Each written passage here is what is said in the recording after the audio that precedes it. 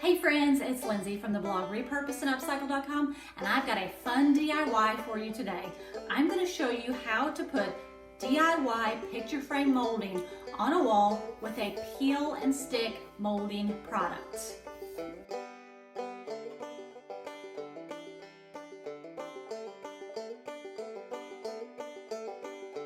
Okay, so you're probably wondering what in the world is peel and stick molding? Well, it's right here. I cut a little piece off. It's a foam molding with a 3M backing.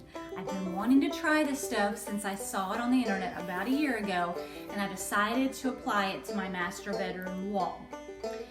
You're probably wondering where I got it. I'm going to have all the details linked below in my blog on my website, but I got it from a website called Wish. Truth be told, it came from China. It took about 3 weeks to get here, and it's not the best quality stuff, but I went into it expecting that, so I figured we would just give it a try, and I would let you know how it went. I'm going to give you the good, the bad, and the ugly about this product and how to apply it. Okay, first things first, when I got the product from China, it came in a huge roll. And the problem with that was the areas that were coiled up in the middle, they were coiled like this, and they've been stretched a little. So I'm going to show you, this is the very middle piece, and if you can see here, it's got some indentions that I'm not going to be able to get rid of. So there's a good part of this product that I'm probably going to have to cut off and I'm not going to be able to use, which is fine. Like I said, I kind of went into this knowing or not knowing what it was going to be like, and I just wanted to try this product out. The other thing, I searched high and low for a product that was paintable, and on the website it even said that you could caulk around it. Now, I'm a little leery about that, but I might try it just to see. So, why would you use the peel and stick versus the regular molding?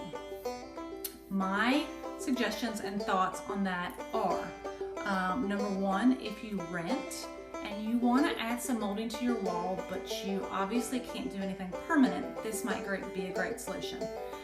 Number two, for like a nursery or a kid's room, because let's be honest, nursery and kids' rooms don't stay that way forever. So if you want a semi-permanent solution that still looks fairly good, this is a great idea.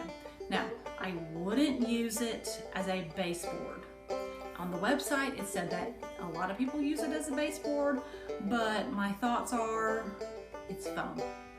That's all I'm gonna say. I wouldn't use it as anything other than decorative molding on the wall, and I wouldn't put it on a baseboard. So once I got the product, I unrolled it just to see what it looked like. I laid it out on the bed, and now I'm going to measure my wall and decide how I'm gonna lay out the picture frame molding, and then I'm gonna cut it. I have this handy product that I'm gonna cut it with. I brought a saw out, a fine tooth saw, but they said that you can use scissors. So I'm gonna try both, and I'll let you know what works the best.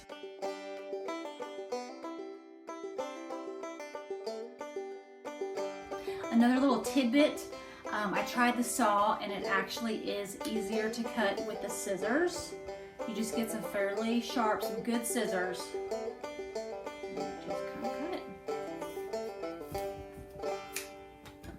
Like that, see? Easy peasy. Okay, so I finished the first section, and to be honest, I think it went better than I thought. The cool thing about this versus regular molding is you can really stretch this out a little bit. It has a little give, so say you cut one of the pieces a tiny bit short, you can stretch it to make it fit real well. So I can see where I'm gonna need to do some caulking. We're gonna see how that goes. I'll keep you posted. Hey guys, so I finally got all of the molding up, and I did a little caulking and I did a little sanding, and actually it went better than I expected. The caulk went on just like regular wood molding. Now, since this is foam, it's not really sandable, but I was able to sand down some of the caulk that had dried. So pretty much this process has gone just like a regular wood molding, but just know that you obviously can't sand the foam. All right, so once the caulk dries and I've sanded all of it, the little bits that I can sand at least, next step is priming and painting, and I'll let you guys know how that goes.